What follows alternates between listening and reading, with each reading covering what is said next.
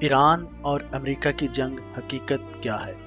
السلام علیکم۔ کیا واقعی ایران اور امریکہ کی جنگ میں کسی ایک ملک نے واضح فتح حاصل کی؟ کیا ایران کو سب سے زیادہ نقصان ہوا یا امریکہ بھی اس جنگ کی بھاری قیمت چکا رہا ہے؟ اور آخر اس مختصر مگر انتہائی خطرناک جنگ نے پوری دنیا کی معیشت، تیل کی قیمتوں اور مشرق وسطیٰ کے مستقبل کو کیسے متاثر کیا؟ آج کی اس ویڈیو میں ہم جذبات یا افواہوں کی نہیں بلکہ دستیاب حقائق، بین الاقوامی رپورٹس اور دفاعی تجزیوں کی روشنی میں جانیں گے کہ اس جنگ کا آغاز کیسے ہوا، دونوں ممالک کو کیا نقصان پہنچا اور آخر اس کشیدگی کا سب سے بڑا نقصان کس نے اٹھایا۔ ویڈیو کو آخر تک ضرور دیکھیے کیونکہ آخر میں ہم یہ بھی بتائیں گے کہ اگر مستقبل میں دوبارہ ایسی جنگ ہوئی تو اس کے اثرات پاکستان سمیت پوری دنیا پر کیا ہو سکتے ہیں۔ ناظرین، امریکہ اور ایران دشمن کیوں ہے؟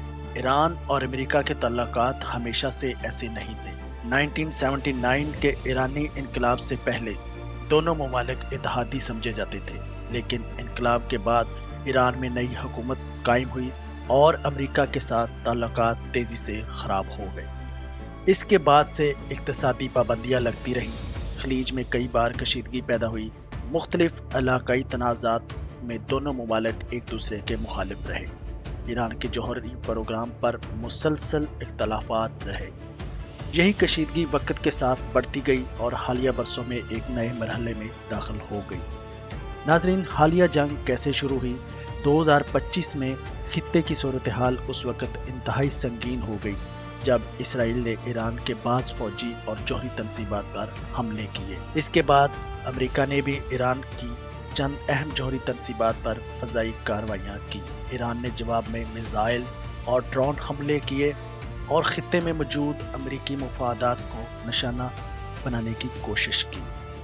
چند دنوں تک شدید کشیدگی رہی جس کے بعد جنگ بندی کا اعلان کیا گیا، لیکن دونوں ممالک کے درمیان اعتماد کی کمی آج بھی برقرار ہے۔ ناظرین، ایران کو کتنا نقصان ہوا؟ دفاعی تجزیہ کاروں کے مطابق سب سے زیادہ فوجی نقصان ایران کو پہنچا۔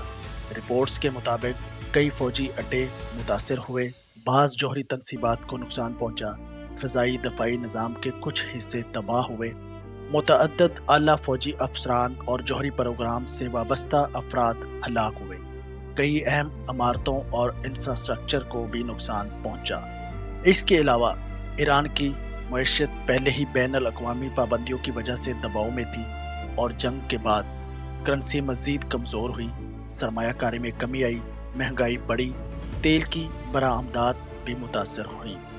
ناظرین، کیا امریکہ بھی نقصان میں رہا؟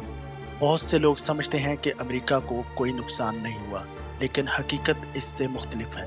امریکہ کو اربوں ڈالر کے فوجی اخراجات برداشت کرنے پڑے، خطے میں مزید فوجی دستے تعینات کرنے پڑے، امریکی اڈوں کی سیکیورٹی بڑھانی پڑی، عالمی سطح پر سیاسی دباؤ کا سامنا کرنا پڑا۔ اس کے علاوہ اگر جنگ مزید پھیل جاتی تو امریکہ کو بھی بڑے فوجی اور معاشی خطرات لاحق ہو سکتے تھے۔ ناظرین، پوری دنیا پر کیا اثرات پڑے؟ یہ جنگ صرف ایران اور امریکہ تک محدود نہیں رہی۔